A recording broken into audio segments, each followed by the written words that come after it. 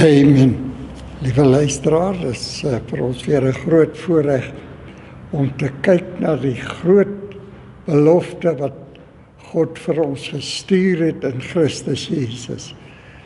Dit is so enorm.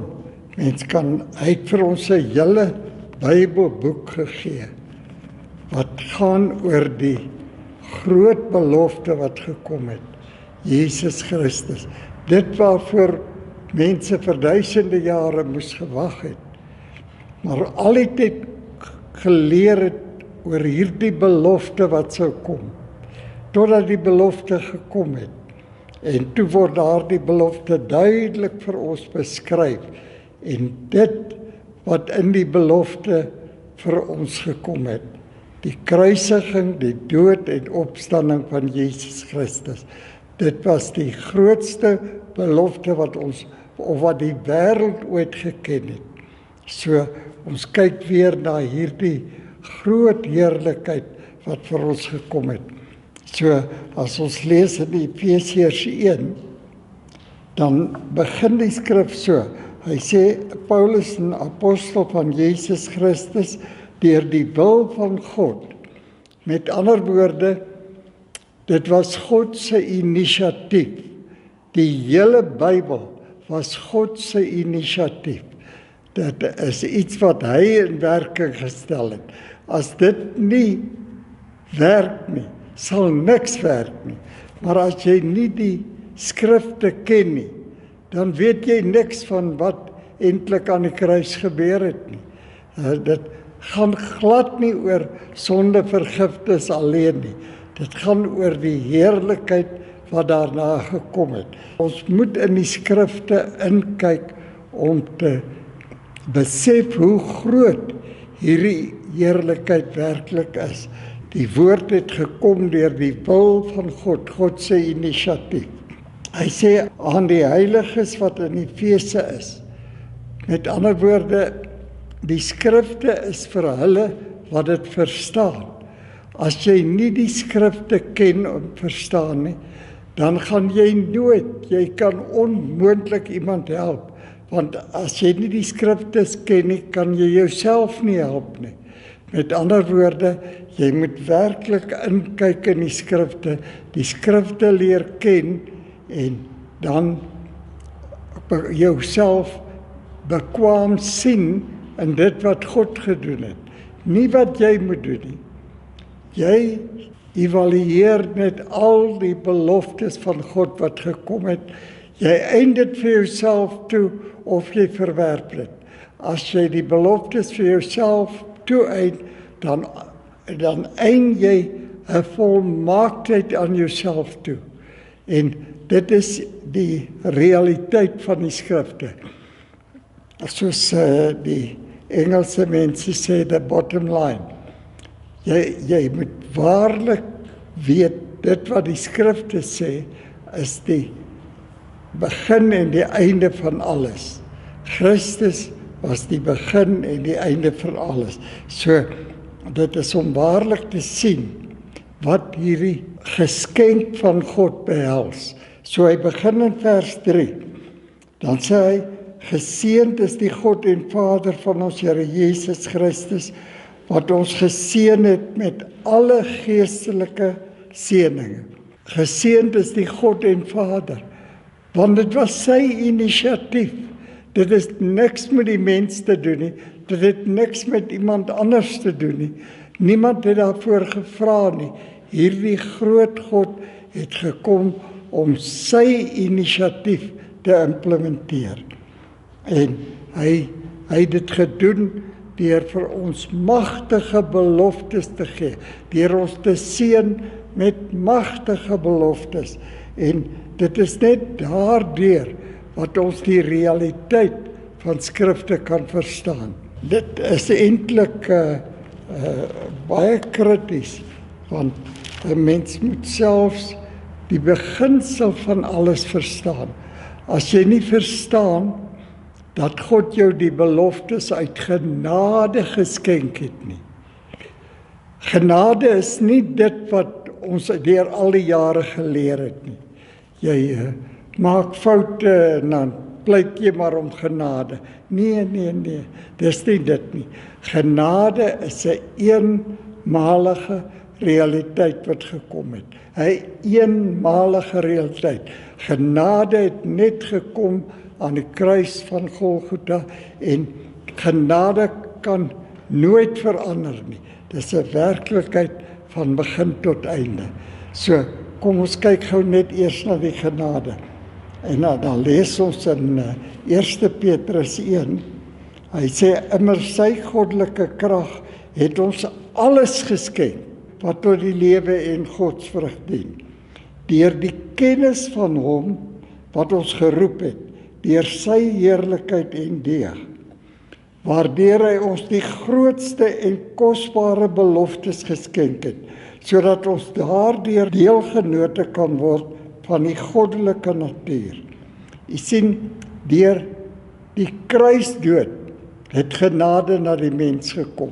Eenmalig. 2 Korintiërs 1 vers 20 sê, dit maak nie saak hoeveel beloftes daar is nie. In Christus is elke een ja en amen. Dit is daarom wat Markus 11 vers 22 sê, as jy enige iets by God vra, glo dat jy dit al reeds ontvang het, en dit sal so wees.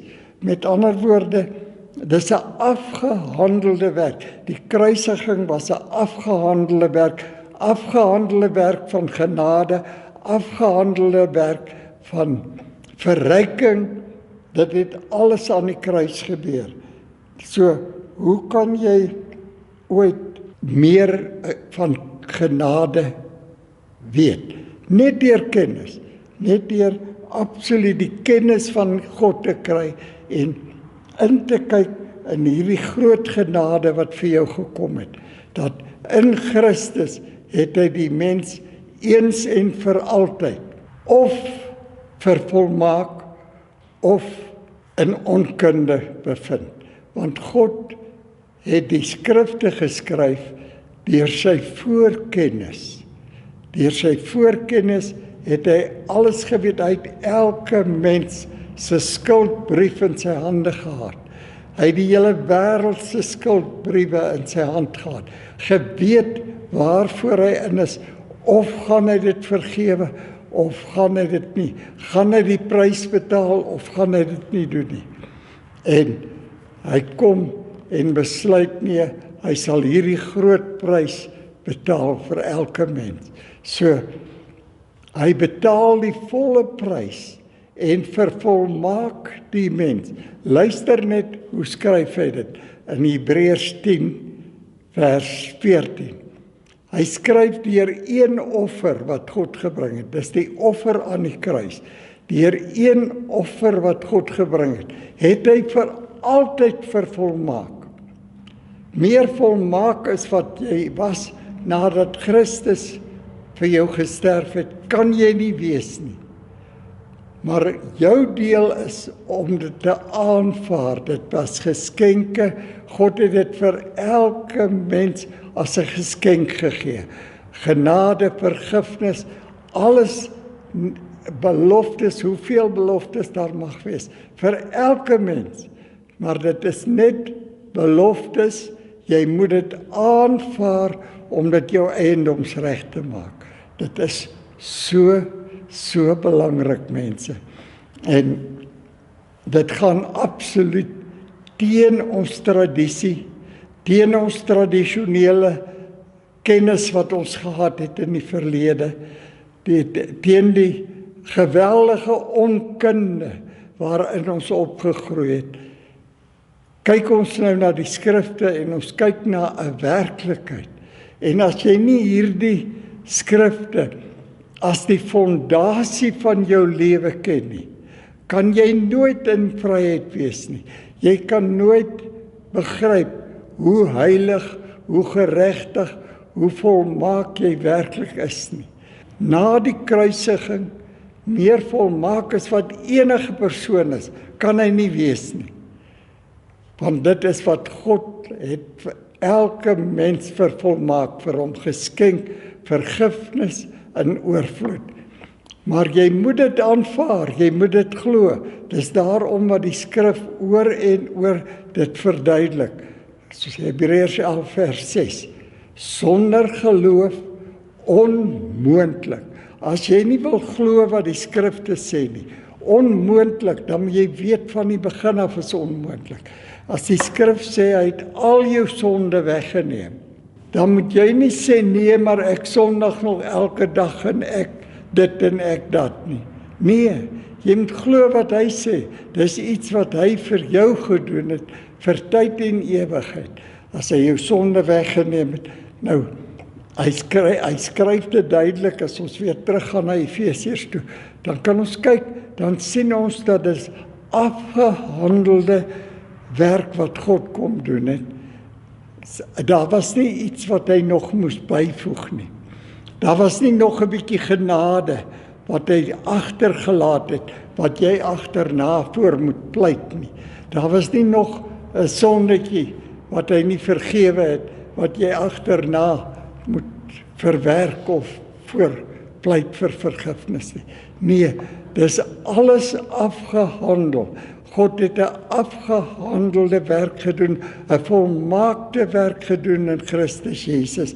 En ons deel is om tot die kennis van die woord te kom. Dis daarom wat die woord oor en oor dit herhaal. My volk gaan verlore weens 'n gebrek aan kennis. As jy nie die kennis het nie, kyk gerus in die kennis. Ons bied gereeld seminare aan. Kom, dit is absoluut gratis. Kom en kyk in die skrifte in. Al is jy al 'n bedienaar vir 60 jaar, kom en sien hoe jy vernuwe word. Kom en sien hoe jou kennis verbreed, as jy in hierdie seminare is. Dit is so belangrik, mense, om tot die kennis van die woord te kom.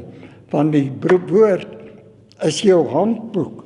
Dit is dit wat vir jou die pad aandui vir die ewige lewe. Hy sê in vers 3 nou, geseënd is die God en Vader van ons Here Jesus Christus, wat ons alles geskenk het. Hy sê, soos hy in hom ons uitverkies het voor die grondlegging van die wêreld, om heilig en sonder gebrek voor hom in liefde te wees, deurdat hy ons voorbeskik het, om ons as sy kinders vir homself aan te neem. Dit was nooit 'n inisiatief van die mens om by God uit te kom nie. God het die inisiatief geneem. Hy het by die mens uitgekom. Dit is so belangrik, mense, dat ons absoluut in die werklikheid van die woord staan. En dat ons sien dat voordat God verwag het dat ons heilig en geregtig sal lewe, het hy dit eers vir ons geskenk. Daar is niks wat God ooit van enige iemand verlang het om te doen of te lewe, as hy dit nie voor die tyd aan hom geskenk het nie.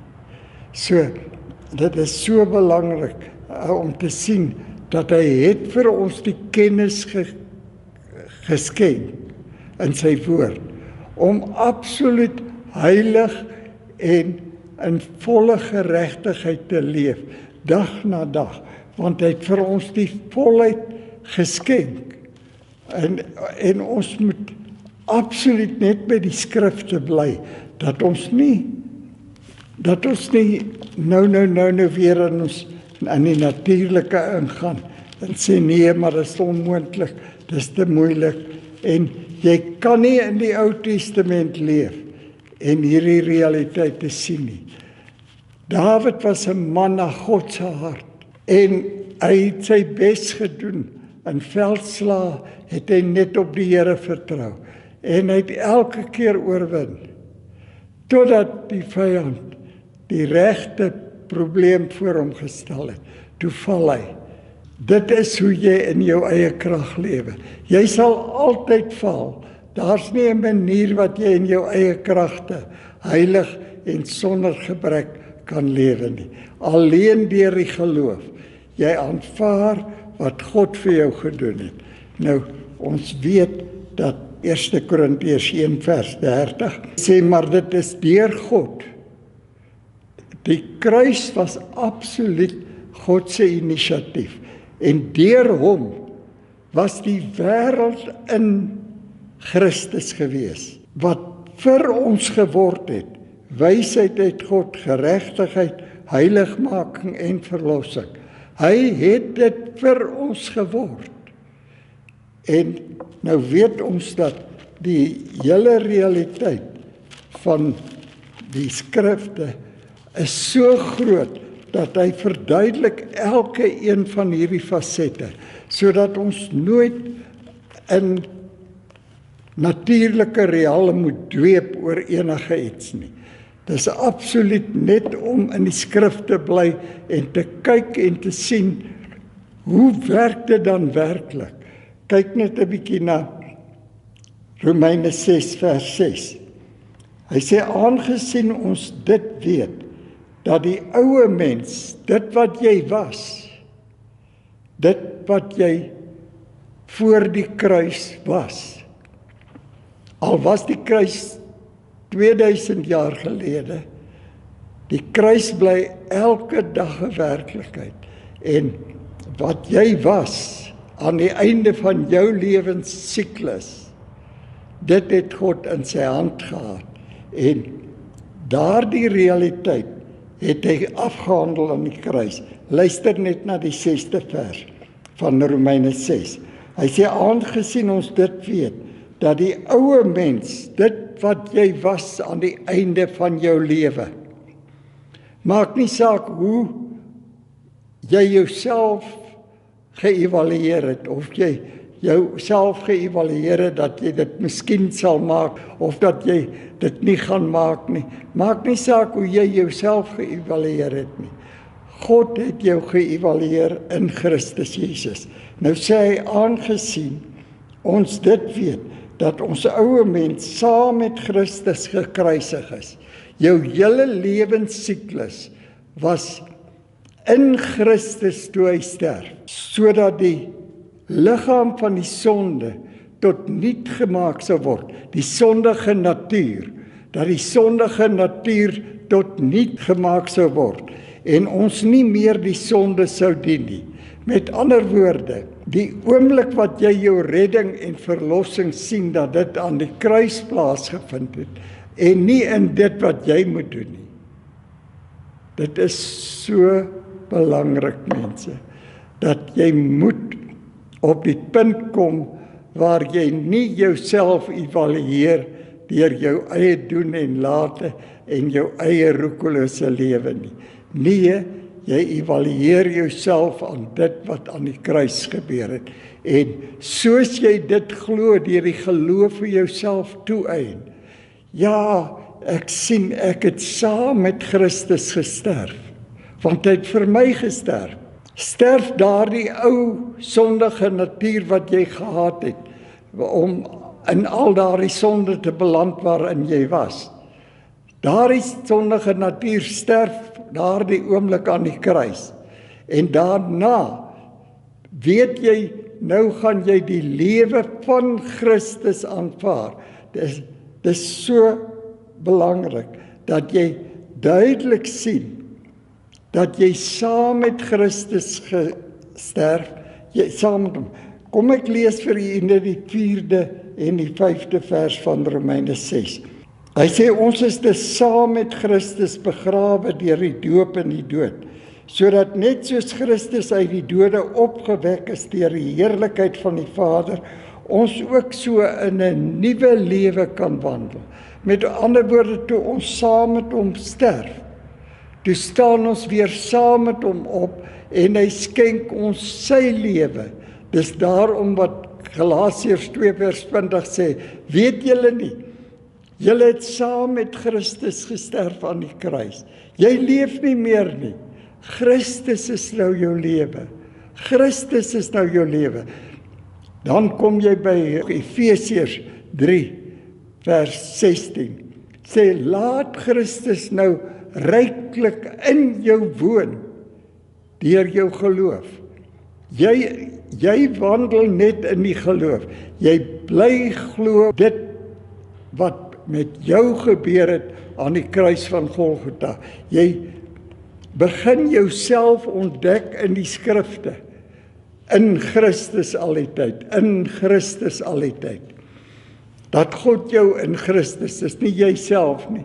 God het jou in Christus gesit. En Christus het vir jou geword.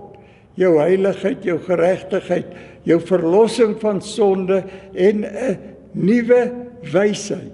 Die wysheid van die skrifte, die geestelike wysheid. En soos jy dit glo, begin dit vrugte dra uit jou binneste uit. Want dis jou gees wat gered word. En dis jou gees wat die geloof moet toepas. En soos jy in jou gees, in jou hart glo en met jou mond bely.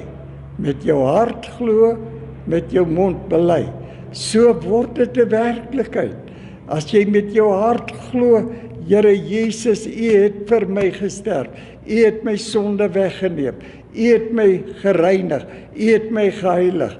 Dan word dit 'n werklikheid en dit begin vrugte dra dag vir dag in jou lewe. Dit is so belangrik dat ons in die skrifte begin ontdek wie ons werklik is en wat werklik met elkeen van ons gebeur het. Dit is nie net vir sekere mense. Christus het nie net vir sekere mense gesterf nie. Hy het vir elke mens dieselfde realiteit tevore gebring. En dit is daardie realiteit wat jy vir jouself moet ontdek in skrifte. Here Jesus, maar U het in my plek gesterf. U het my sonde gedra. U het betaal vir my sonde. En daarom kan ek ontvang dit wat U vir my geskenk het. U het U geregtigheid, U het U heiligheid, U het U vir totale verlossing vir my van sonde, het U vir my geskenk. En dit is die wysheid wat U nou vir my skenk. En bly in daardie wysheid, bly in daardie realiteit, leef in daardie realiteit, dag na dag.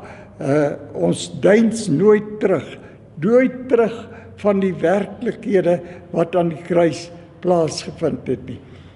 Dit wat God gedoen het, is die enigste realiteit wat ooit bestaan het, enigste realiteit wat nooit kan verander nie. As God sê hy het jou gered, dan het hy jou gered vir tyd en ewigheid. Jou deel is om dit toe te eien, om dit te glo. Sonder dat jy dit glo, gaan jy verlore. Dis daarom wat Johannes 16 vers 9 sê, as jy nie glo nie, is jy reeds veroordeel. Jy gaan nie eendag daarbo staan en veroordeel word nie. Voor jy gaan, sal jy weet of jy geglo het wat Christus vir jou gedoen het, of jy nie geglo het nie. As jy nie geglo het nie, moet jy weet jy's verlore.